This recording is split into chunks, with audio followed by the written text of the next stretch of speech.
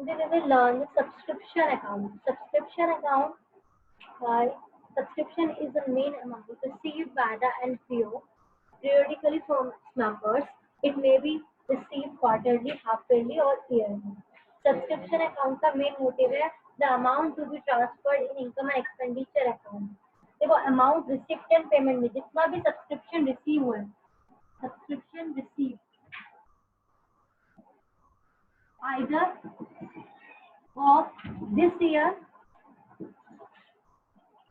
or last year or for the next year.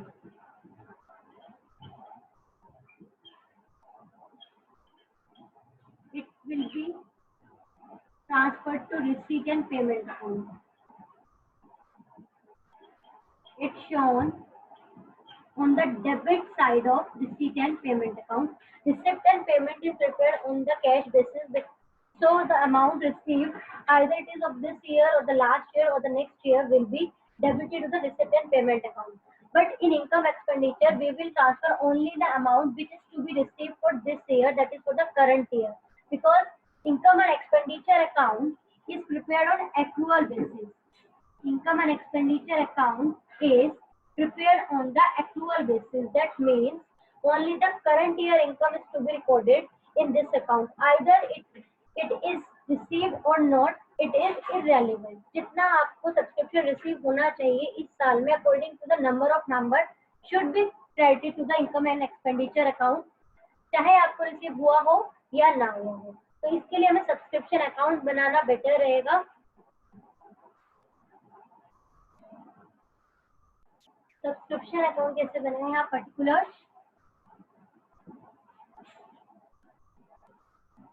Amount in rupees, again particulars,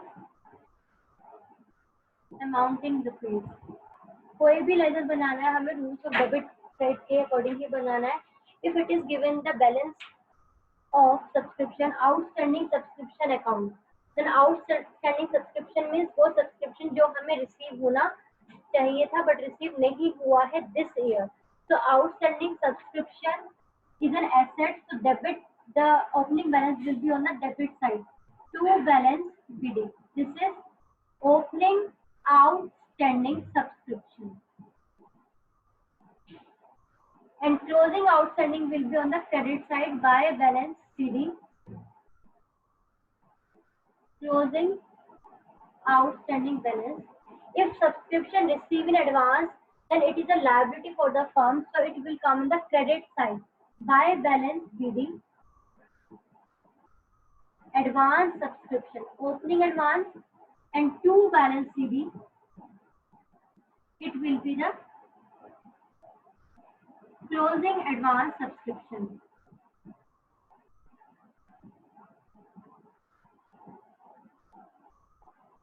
Income received, subscription received during the year will be credit side by cash received during the year. Now we will calculate the balance which is transferred to the income and expenditure account to income and expenditure, that is subscription which is to be transferred to income and expenditure account. हमें ये balance निकालना है. इधर का total में से आप इधर का टोटल माइनस कर दोगे तो बेसिकली इनकम एंड एक्सपेंडिचर का बैलेंस आ जाएगा. बट प्रॉब्लम ये नहीं है, these figure may be given in question और these may not be given in the question. Opening outstanding clear है, ओपनिंग एडवांस क्लियर है, क्लोजिंग एडवांस क्लियर है. प्रॉब्लम जो आती है वो इस वाले में आती है. लो, ये जो मुझे बैलेंस शीट चाहिए होता है, ये बैलेंस कौन सा चाहिए होता है? ये मुझे चाहिए होता है closing balance, that is as at 31st March 2020. For current year I am taking 2020. मुझे ये 31 मार्च 2020 का बैलेंस चाहिए एज एट. देखो यहाँ जो वर्ड कंफ्यूज करते हैं जिसकी वजह से आंसर गलत हो जाता है वो है एज एट या फॉर द ईयर एंडेड. अगर यहाँ पर मुझे दे दिया फॉर द ईयर एंडेड तो इसका मतलब है सिर्फ वो इस ईयर का है, जबकि मुझे यहाँ पर जो बैलेंसेस चाहिए होते हैं एक पर्टिकुलर डेट पे चाहिए. मुझे यहाँ पर चाहिए सब्सक्रिप्शन एज ऑन और एज एट. देखो अगर मुझे दिया है outstanding subscription as at 31 March 2020। अगर मुझे ये फिगर दिया है 20,000, तो मतलब एज एट गिवन है, यानी पूरा बैलेंस गिवन है, चाहे वो आउटस्टैंडिंग इस बार का है चाहे वो पिछले साल का है, तो पूरा का पूरा 20,000 यहाँ पर आ जाएगा। बट अगर मुझे क्वेश्चन में दे दिया outstanding subscription for the year ended, for the year ended on 31st March, यहाँ पर क्वेश्चन में ट्विस्ट है, यहाँ पर क्वेश्चन में प्रॉब्लम है। इन दो लैंग्वेज से क्वेश्चन में बहुत चेंज आ जाएगा। एज एट का मतलब है पूरा आउटस्टैंडिंग, चाहे वो इस साल का था चाहे वो प्रीवियस ईयर का था, जो मुझे चाहिए था। लेकिन अगर फॉर द ईयर एंडेड दे दिया है तो फॉर द ईयर एंडेड का मतलब है सिर्फ मुझे इस साल का सब्सक्रिप्शन दिया हुआ है, जबकि मुझे सब्सक्रिप्शन चाहिए होता है दोनों साल, मतलब दोनों मतलब पिछले साल का। ऐसा भी तो हो सकता है कि कुछ मेंबर्स ने सब्सक्रिप्शन लास्ट ईयर भी ना दिया हो, तो वो ओपनिंग आउटस्टैंडिंग में इंक्लूड होगा बट क्लोजिंग में नहीं होगा। अब आप इसको फाइंड करने के लिए आप कैसे करोगे? अगर आपको फॉर द ईयर एंडेड दिया है तो you have to convert as at. वो कैसे कन्वर्ट होगा? Suppose in question it is given subscription received for 2019, 2020 and 2021, right? 2019 का 1,000, 2020 का 2 लाख एंड 2020 का 3,000, एंड ओपनिंग आउटस्टैंडिंग इज 3,000। अगर इस टाइप से क्वेश्चन में आपको गिवन है फिगर कि ओपनिंग आउटस्टैंडिंग कितना था 3,000, तो ये ओपनिंग तो मैंने यहाँ पुट कर दिया होगा 3,000, राइट? सब्सक्रिप्शन रिसीव ये पूरा का पूरा मैंने यहाँ पर पुट कर दिया होगा। अब क्वेश्चन आता है कि क्लोजिंग आउटस्टैंडिंग कैसे निकालें, और आगे दिया हुआ है outstanding for the year ended is 15,000। अब यहाँ फॉर द ईयर एंडेड दे रखा है, मुझे एज एट चाहिए, तो एज एट निकालने के लिए मुझे क्या स्टेप फॉलो करने होते हैं? Subscription outstanding subscription as at 31 March 2020 के लिए मुझे करना पड़ेगा outstanding subscription for the year ended on 31 March 2020, और इसमें प्लस करना पड़ेगा outstanding subscription for previous year. बहुत ध्यान से देखना, अगर एज एट गिवन है क्वेश्चन में तब आपको कुछ कन्वर्ट नहीं करना, सीधा यहाँ पर पुट कर देना है। बट अगर क्वेश्चन में एज एट गिवन नहीं है, फॉर द ईयर एंडेड दिया है, तो आपको एज एट लाने के लिए स्टेप फॉलो करना पड़ेगा। स्टेप में क्या है? Subscription for the year ended plus outstanding subscription for previous year. ये तो आपको गिवन ही है। ये प्रीवियस ईयर का आउटस्टैंडिंग कैसे कैलकुलेट करोगे? आपके पिछले साल का भी क्या कुछ आउटस्टैंडिंग अभी भी रह गया है, वो कैलकुलेट करने के लिए ये देखिए outstanding for the outstanding subscription opening दे रखा है 3,000 का, जबकि यहाँ पर सब्सक्रिप्शन फॉर 2019 रिसीव हुआ 1,000। 3,000 का ओपनिंग में आउटस्टैंडिंग था, जबकि रिसिप्ट में नजर आ रहा है कि 2019 का मुझे 1,000 रिसीव हो गया है, यानी कि 2,000 मेरा अभी भी क्या है? आउटस्टैंडिंग है। कैसे निकला? 3,000 ओपनिंग बैलेंस था, इसमें से मैंने माइनस कर दिया receive in current year. Current year में कितना 2019 का रिसीव हुआ है? 1,000। दैट मींस प्रीवियस ईयर का कितना आउटस्टैंडिंग हो गया? 2,000। और द ईयर एंड कितना था? 15,000। तो ये आपका जो ईयर एंडेड का आ गया, कितना आ गया? 17,000। चलिए मैं दोबारा से क्लियर कर देती हूँ। सब्सक्रिप्शन अकाउंट आपको बनाना है तो सबसे पहले आएगा आपका opening outstanding to balance BD. Opening outstanding on the debit side because it is an asset for the organization, and closing outstanding will be on the credit side. If opening advance is given in the question, then on the debit side, and closing advance will be on the credit side. Total amount received will be on the credit side. ये total amount है जो recipient payment में दे रखा होगा। Total amount मतलब it either be related to previous year or current year or the next year. इधर के total वैसे आपको इधर का माइनस करना है तो ये आ जाएगा इनकम एक्सपेंडिचर में कितना ट्रांसफर होगा। बट मेन प्रॉब्लम आती है यहाँ पर कि क्लोजिंग आउटस्टैंडिंग में कितना लेना है, ये क्लोजिंग आउटस्टैंडिंग मुझे जो लेना है एज ऑन लेना है। एज ऑन का मतलब है कि जितना भी आउटस्टैंडिंग था, चाहे वो इस साल का था चाहे वो प्रीवियस ईयर का था, वो यहाँ पर क्रेडिट होना है। अगर इस साल का आपको क्लियरली दे रखा है outstanding subscription as at 31 March 2020, अगर मुझे गिवन ही है कि एज एट मतलब उसमें सब इंक्लूड है, तो आप क्लियरली बेटा यहाँ पर पूरा लिख दोगे। बट अगर क्वेश्चन में दिया है फॉर द ईयर एंडेड, मतलब सिर्फ इस साल का मुझे आउटस्टैंडिंग दिया है, प्रीवियस ईयर का मुझे कैलकुलेट करना पड़ेगा। और वो प्रीवियस ईयर का कैलकुलेट कैसे करते हैं? Opening outstanding minus receive for previous year, opening outstanding minus receive for previous year. Clear है? इसका क्वेश्चन कर लेते हैं दो, तो आपको ज्यादा क्लियर हो जाएगा।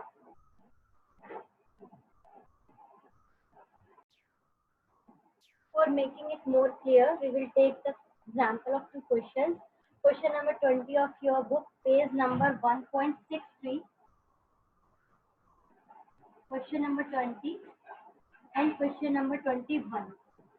First, we will start question number 20. In this question, calculate the amount of subscription to be credited to the income and expenditure account. Subscription in the area on the 31st March 2019. अब question को slowly हम करते हैं, start करते हैं कि क्या क्या गिवन है हमें। सबसे पहले फॉर्मेट बना लेते हैं।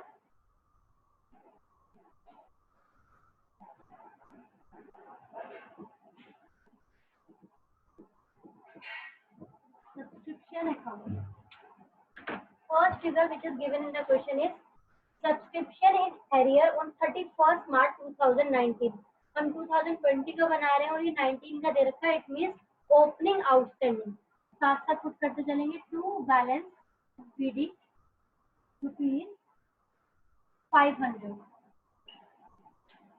Then subscription receive in advance on 31st March 2019 for the year ended on 31st March 2020. 2019 में एडवांस सब्सक्रिप्शन मिला था, that is it is opening advance by balance BD 1100. Now total subscription received during the year 31st March 2020. जो subscription receive हुआ है वो कितना हुआ? 35,400। मैं इसको ऐसे ले रही हूँ, by cash 35,400. Subscription outstanding for the year ended 31st March 2020. यहाँ पर इस लाइन को आपको अंडरलाइन करना है कि यहाँ पर दिया है subscription for the year ended. Outstanding में क्या दे रखा है? बाय बैलेंस बीडी, लेकिन किसका? सिर्फ करंट ईयर का आउटस्टैंडिंग, जबकि हमें चाहिए होता है पूरा, यानी करंट ईयर का भी चाहिए होता है और प्रीवियस का भी चाहिए होता है। तो पूरा ध्यान से क्वेश्चन को देख लेते हैं। क्या क्या गिवन था हमें? बैलेंस बीडी गिवन था, ओपनिंग आउटस्टैंडिंग, यहाँ पर एडवांस का भी ओपनिंग दे रखा था, वो मैंने पुट कर दिया। टोटल सब्सक्रिप्शन रिसीव यहाँ पर पुट कर दिया। अब आती है subscription outstanding for the year ended, यानी कि सिर्फ करंट ईयर का आउटस्टैंडिंग दे रखा है 400। अब ये सी पॉइंट में ब्रैकेट में था subscription received including 400 for the year ended 31st March 2019, 1200 for the year ended 31st March 2021 and 300 for 2022. 1200 मुझे रिसीव हुआ है 2021 और साथ ही साथ में 300 रिसीव हुआ 2022, यानी 2020 का बना रहे हैं और 2021 एंड 22 का गिवन है, दैट मीन्स एडवांस है ये। तो यहाँ लिख दूंगी मैं to balance CD 1200 plus 300, that is 1500, right. अब क्वेश्चन में आते कि प्रीवियस ईयर का आउटस्टैंडिंग में कैसे निकालूं। यहाँ पर क्योंकि मुझे चाहिए था एज एट या एज ऑन चाहिए था ना, एज ऑन गिवन नहीं था, तो मुझे ओपनिंग आउटस्टैंडिंग करंट ईयर के आउटस्टैंडिंग में प्लस करना था प्रीवियस ईयर का आउटस्टैंडिंग। क्वेश्चन यहाँ पर अराइज होता है मोस्ट इंपोर्टेंट कि प्रीवियस ईयर का आउटस्टैंडिंग आप कैसे कैलकुलेट करोगे।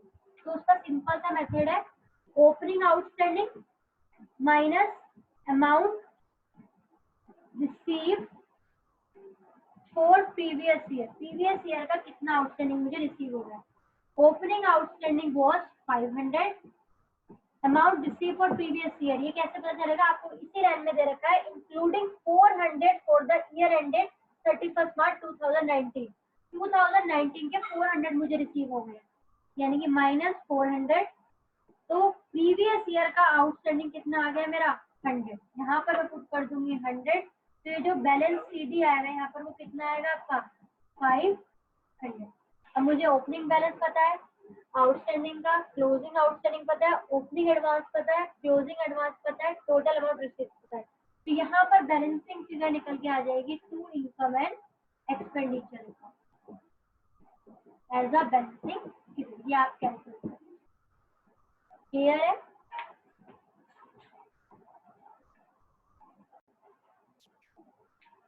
That will be 35,000।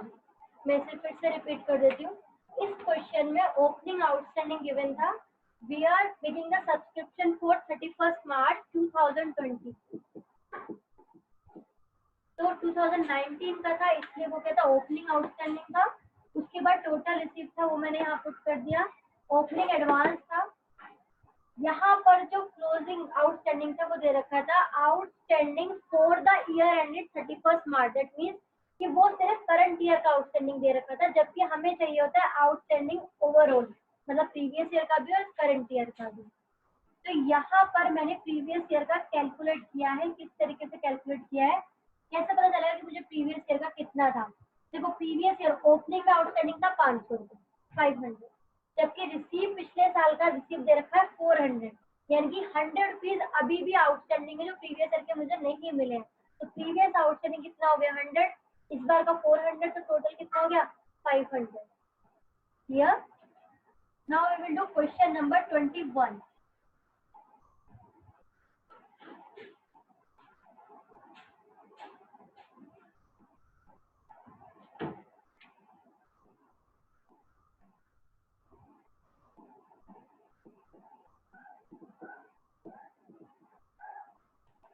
Question number 21। देखो यहाँ पर डिफरेंस पता चल जाएगा आपको कि दोनों में क्या था।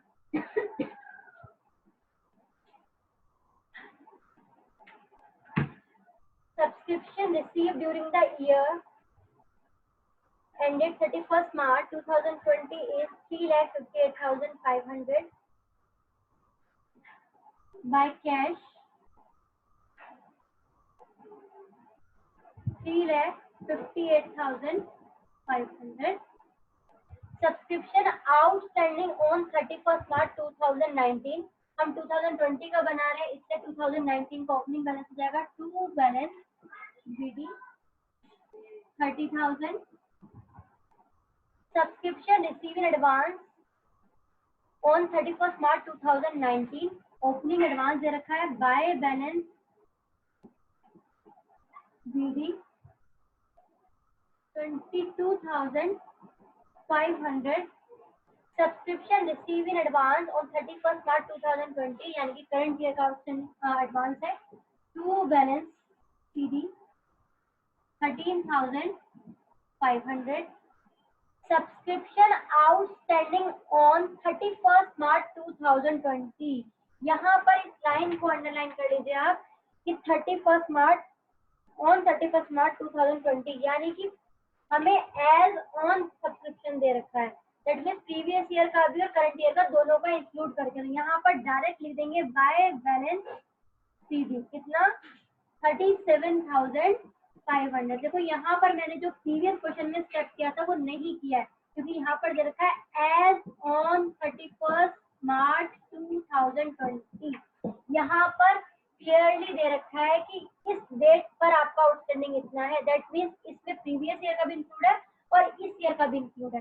तो अब सिंपल आपको क्या करना है, इधर के टोटल में से इधर का टोटल माइनस करके बैलेंसिंग फिगर निकालनी है to income and expenditure account as a balancing figure. वो कैसे आएगी, इसको आप प्लस कर लेंगे और इन दोनों को आप माइनस कर लेंगे। Is it clear? दोनों क्वेश्चन में सिंपल एक डिफरेंस था, वो डिफरेंस क्या था, इसमें सारे फिगर एज ऑन दे रखे हैं। मीन्स आपको कुछ कैलकुलेट नहीं करना, सिंपल आपको बैलेंसेस को ट्रांसफर करना है और अमाउंट कैलकुलेट कर लेनी है। But in the previous question outstanding was for the year ended, that means वो सिर्फ एक ईयर का गिवन था, जबकि हमें दोनों का चाहिए। सिंपल है।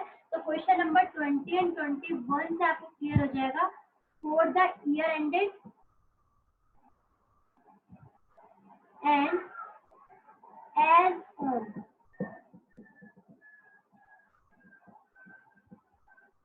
इस लैंग्वेज में क्या डिफरेंस है, इससे क्वेश्चन पे क्या इम्पैक्ट आए.